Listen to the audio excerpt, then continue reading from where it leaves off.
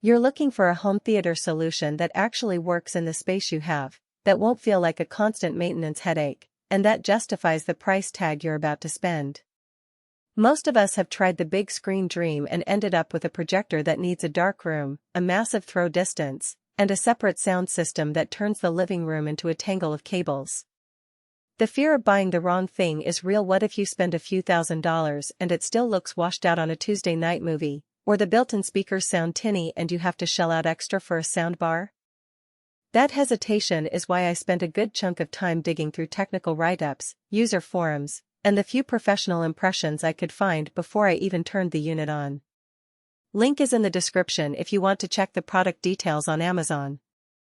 The JMGO O2S Ultra is positioned as an ultra-short-throw projector that throws a 100-inch image from just a few inches away, and it packs a triple laser light source, Dolby Vision, and a 20-watt Dynaudio speaker array. On paper that sounds like a magic box, but the real question is how it behaves once you set it up in a typical family room, a condo living room, or even a dedicated media den. I'll walk through the practical strengths and the hidden trade-offs, and then tell you who will actually get their money's worth and who should walk away. First-time setup is surprisingly painless. The unit sits on a low-profile stand or can be recessed into a cabinet just a few inches from the wall. Because it's an ultra-short-throw model, you don't have to worry about finding a long clear line to a ceiling mount. The image pops out from right in front of the wall, which makes it friendly for apartments where ceiling height is limited.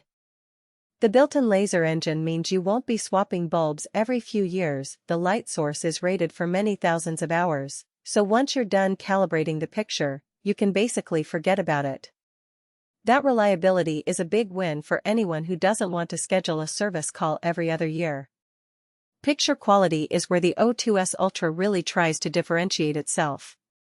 The triple laser RGB system, combined with Dolby Vision processing, delivers a brightness that feels usable even with some ambient light. In my tests, a 3600 ISO Lumen rating translated to a clear, vivid image in a room with typical daytime lighting, though you still get the best contrast when you can dim the lights a bit.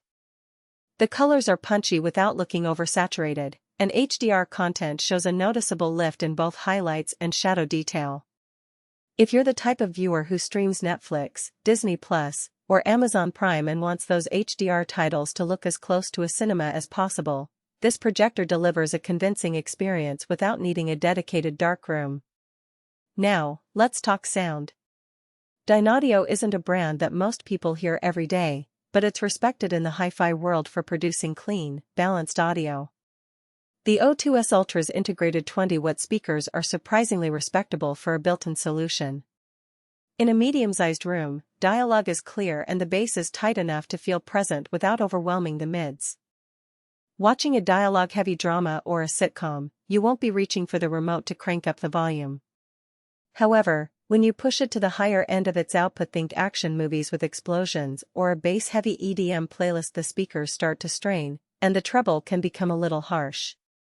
If you're a true audiophile who expects a full theater-level surround experience, you'll probably still want a dedicated soundbar or a small speaker system to supplement the built-in audio. One of the smartest parts of this projector is the integration of Google TV right out of the box.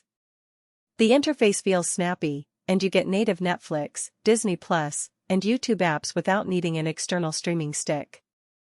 Voice control works through the remote, and you can link your existing Google Home devices for hands-free commands. For people who want a single-device solution that handles both picture and content, this cuts down on cable clutter and extra devices. The downside is that the app selection isn't as exhaustive as a full-featured Android TV box, so if you rely on niche streaming apps or want to sideload a lot of content, you'll hit a limitation. Gaming is another use case that the O2S Ultra markets heavily. The hardware is designed for low input lag and the AI performance branding suggests some internal upscaling tricks. In practice, the input lag sits in the mid-30 millisecond range, which is acceptable for most console gamers, especially if you're sitting a couple of feet away from the screen. The projector does a decent job with 4K upscaled content, but you won't get native 4K gaming at 60 frames per second from the current generation consoles because the internal processor still has to stretch the signal. If you're a competitive gamer who needs the lowest possible latency, a traditional low-lag monitor will still be the better choice.